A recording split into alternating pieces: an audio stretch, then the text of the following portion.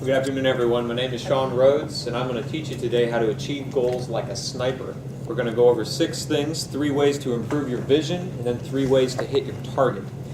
So it'd be very informative for me to tell you guys the etymology of the word sniper as it pertains to my speech today. Sniper comes from the bird called the snipe, and the word sniper came out of colonial India when the British were still there. They used to hunt anything that moved, as the British are known to do. And so they would fire at these little tiny birds that moved incredibly fast. These little birds were snipes. So if you could snipe one of those, you were an excellent marksman. So that's where the term sniper came from. But my first experience with snipers was as a war correspondent in the U.S. Marine Corps.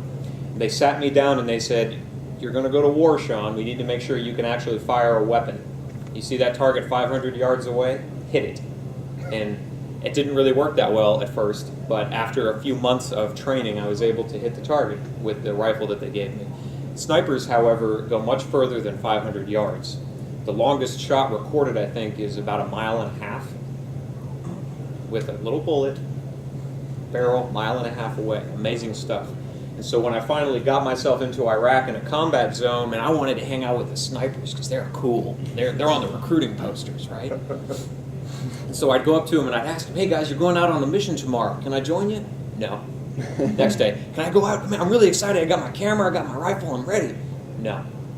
And the reason that they were telling me no is because snipers actually lay down in the dirt for hours on end and they have to be completely still to do their jobs. I didn't know that. So after my first tour, they wouldn't let me go out with them. I went and I figured maybe if I go through a little bit of their training, I'll be able to get an idea, and they'll let me out with them because I'll say, "Hey, I've gone through it. I know what I'm doing." So I get out there to the sniper school at Camp Lejeune, North Carolina, where if you've never been to coastal North Carolina, the mosquitoes there are known to carry off small children, and they've actually adapted themselves so that when you smack them, they flatten out, and then as soon as you lift your hand, they get up and buzz away.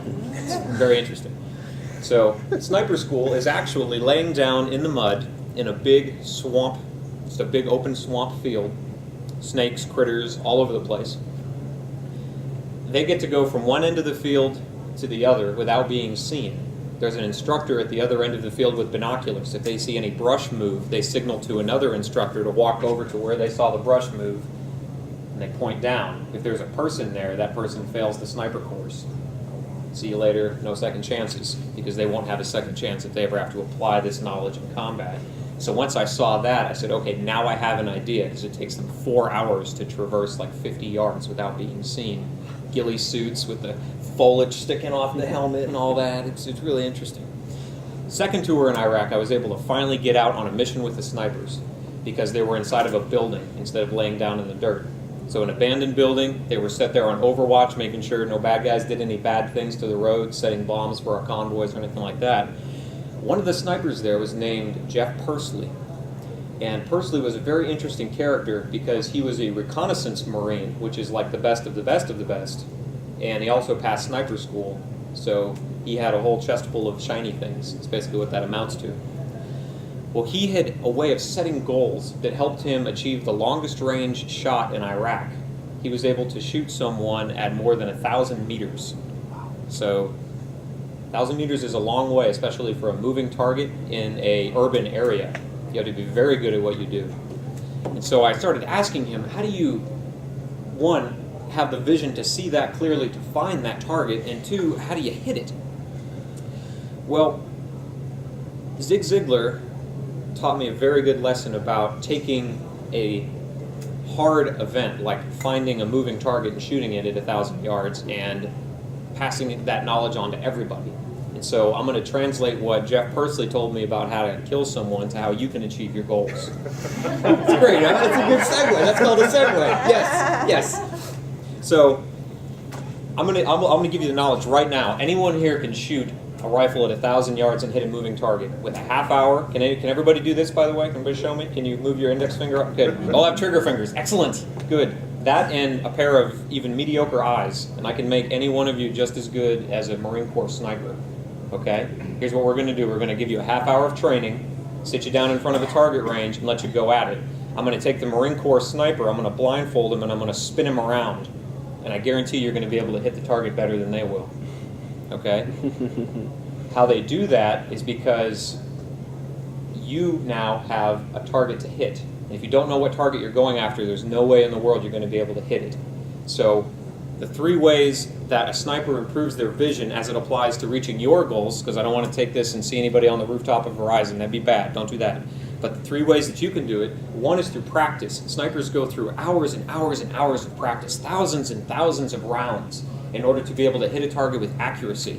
The second thing is they seek new experiences to challenge themselves. It's not just static on a range with a target. Now they're crawling through bushes, they're moving around buildings, they're doing everything they can to challenge themselves so that when they actually have to put that knowledge into practice, man, they're spot on. The third thing that snipers do is they get feedback. Every sniper has what's called a spotter sitting right next to them, and that spotter lets them know how close they were to the target. And that way they work together. They get feedback from their peers to figure out how to get better at what they do. Now, the 3 ways for you to be able to hit a target. The first one is to choose a goal. That's finding a target. So get a goal in your life. The second way is to set a deadline for yourself. And this is what snipers do when they adjust wind. As the wind's blowing back and forth, they adjust for it.